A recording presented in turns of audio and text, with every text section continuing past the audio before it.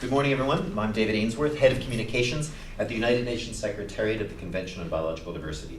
I've got a few items for our press briefing for Friday, the 25th of March, 2022. So we're approaching the end of the meetings. There'll be discussions today, over the weekend, and right through till the end of Tuesday. A lot left on the agenda, as you will see from the discussions you followed. So let me just give you a sense for the working group on the post-2020 Global Biodiversity Framework. Yesterday afternoon they had the second session of discussions on digital sequence information. That's contact group 5. The discussion was indeed long, but there's a sense that it was indeed constructive. Having said that, there will be a need for another session of the contact group as there are considerable areas of divergence. Now, they've decided to establish a group called Friends of the Co-Leads, so indeed a smaller group to maybe manage the discussions to look at some of the more trenchant issues. The co-leads will be Norway and South Africa, and the group I've got here is scheduled to include Namibia, the European Union, the United Kingdom, Japan, Colombia, Norway, Malawi, Argentina, China, Peru, Mexico, Zambia, Iran, the Republic of Korea, Kenya, and Pakistan.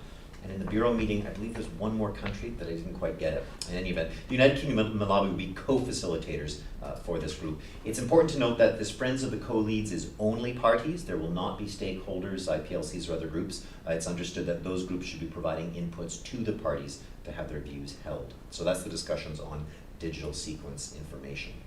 Today, for the working group, there will be 2 contact groups taking place in the afternoon. So the contact group 2 in the afternoon will discuss targets 1 through 8 again. I believe they've got a slightly strange order to it, so they might be looking at 4, 5, 6. In any event, don't assume that they'll look at the targets sequentially from 1 through 8. They'll be jumping around a little bit. The focus looks like they want to look at 1 to 3 and 7 and 8, where they're more intractable issues.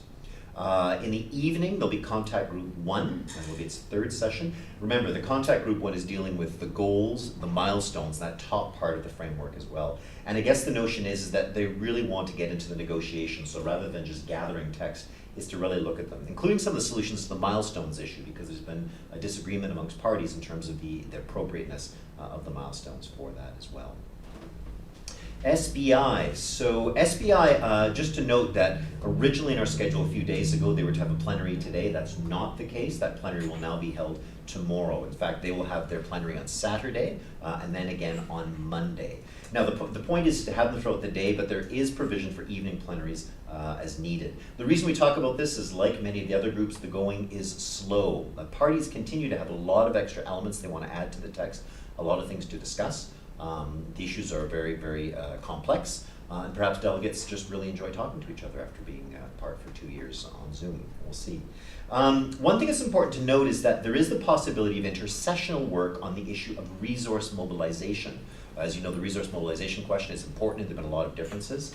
So there is the proposal to put together an informal consultative group that's being looked at, and those would have discussions before COP15. So it would focus probably on the annex to the paper, and then the chapter on additional elements. So the important thing to say is any of this intersessional work would not be text negotiations, right? Wouldn't be. It would be an exchange of views, an attempt to understand better how the regions position themselves vis-a-vis each other. So the modalities of that to be figured out. It could be a combination of virtual and physical meetings, but that's to be set out. But it's very clear there will need to be that work going on as well. For SBSTA, the subsidiary body on science, technology, and technological assessment. So today they will have plenary, so it'll start in the morning, and then they'll also have a plenary again on Sunday to things. This could also change depending on the progress they made. So in terms of other issues, so for the biodiversity and health issues, you may remember the huge annex with the action plan was considered to be something they couldn't address today. So a non-paper has put forward, it's 2.5 pages, it's really procedural, talking about their way forward, and so that'll be taken up in plenary today. The plenary today is supposed to look at 4 different CRPs and then 2 L documents. So the hope is to look at the sustainable use of marine coastal biodiversity, and then they're going to look at the question of EBSAs, ecologically and biologically significant areas beyond a national jurisdiction. They're really going to focus on the draft recommendation, not the other elements. Now, SBSTA also has to deal with a monitoring framework, which is conference room paper 11. The monitoring framework is extremely important. This is one of SBSTA's main inputs to the process. It's a little bit complicated, however, as you know, because the working group's discussion of the framework and the targets is still ongoing, and so if you're going to come up with a monitoring and indicator framework, it's got to match these two. The notion is that there will need to be intersessional work on the monitoring framework as well. So there'll be a technical review that will be requested of the Secretariat, and the modalities of that have to be discussed, but it means that somehow a group of experts in the Secretariat between now and COP will need to technically review the indicators. Now, when you look at the documents, it may be a little bit complex. There's Appendix 2, which is the list of the indicators that we're already looking at. Appendix 3 is a list of new indicators that came up during this meeting.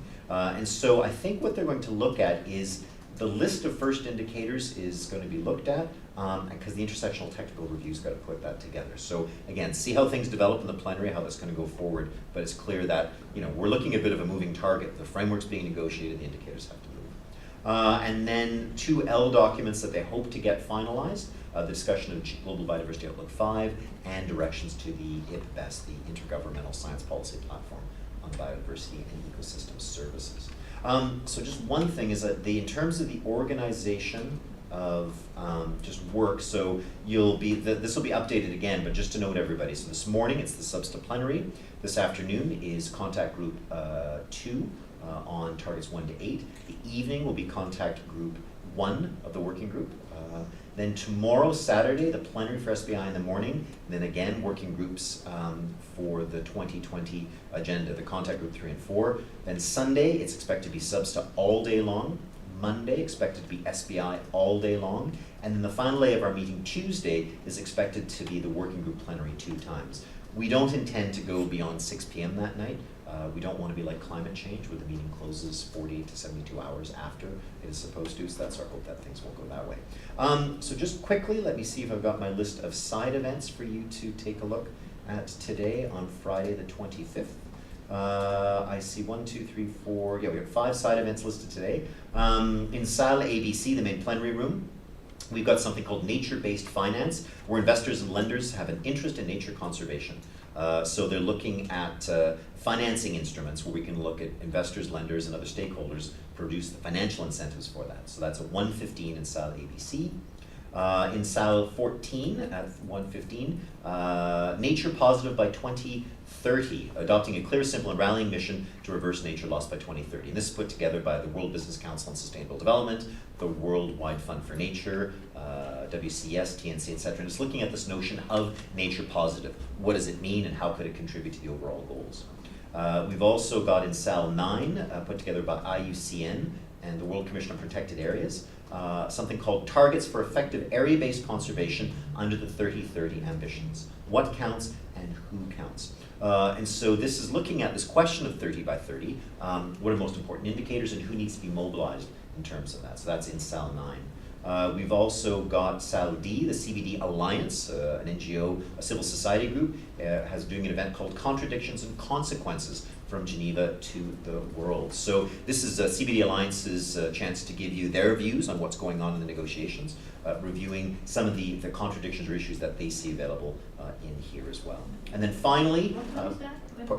oh, sorry, that's in Salle D. Salle D. And what time? That's at 1:15. Sorry, all the side events are at 13:15, 1:15 p.m.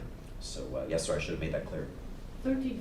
Yes, exactly. Yeah, 13h15, so 1:15 p.m. It makes it hard. I mean, if you want to cover multiple events, you can't do it. So the benefit is we only have 5 at a time. Normally, in one of our events, we would have 10 going on. So yeah, it's a shame. We'll have to share coverage. The final side event that I've got listed for today is in Salle 4, and this is called Networks of Marine Protected Area Managers Together to Accelerate and Support the Implementation of HE Target 11.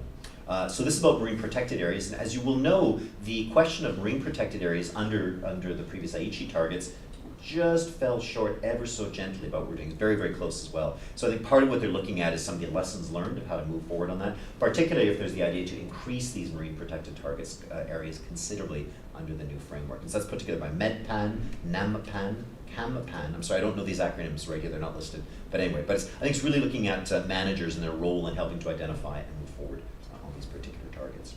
That's what we've got. We have a press conference taking place today as well. The IIFB will be here in this room. I believe it's at 3 p.m. I think it's the time. I'm going to look at Olivier, if you remember. No, I don't. You just okay. Uh. Let me see what that's on my phone. But it's going to be looking at again the role of Indigenous peoples and local communities in the work that we're doing here. Let me just check on my phone to make sure, so I don't steer you wrong. But that's going to be today at sorry. Let's see. 3 p.m. CET, so here in this room at 3 p.m. CET, and it's the title is "Time is Running Out on an Agreement to Save Nature, but the answer is within reach." So the Indigenous peoples and local communities, organized by the IIFB. There's going to be a number of speakers here. We'll have speakers from Indigenous peoples and local communities from the Philippines, Antigua and Barbuda, the Sami people, Guatemala, Kenya, Mexico, and also the Tlailip tribes out of Washington State. They'll be covering sort of the importance of a human rights-based approach to biodiversity conservation, the notion of free, prior, and informed consent, and what that means for them across the issue areas. They're going to look at some of the recognition and respect for traditional and cultural knowledge, land tenure rights, and financing mechanisms in those matters. So they'll be here for 3 p.m. It should be a good, I know a number of the speakers that are coming up for here, and they are very impressive indeed. So I invite you here for 3 p.m. That'll be streamed as well.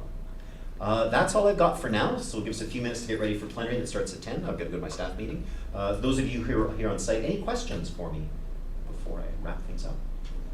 Yeah, please. What is the public press going out to the public? Sorry, you'll have to repeat the question. Is there any press coverage about the CBD in the public, like the local newspapers? Oh, let's see here. I mean, my media monitoring team hasn't provided that. I know that we had an interview of the executive secretary with La Tribune here as well. La Tribune was here, and so they looked at that. That's the main interview that I've seen. The coverage that we had, certainly for the opening, we had a lot of the wire services did coverage. We've had Reuters provide a number of pieces, The Guardian as well, that sort of thing. But La Tribune, I think, was the only local paper that really provided a lot of coverage.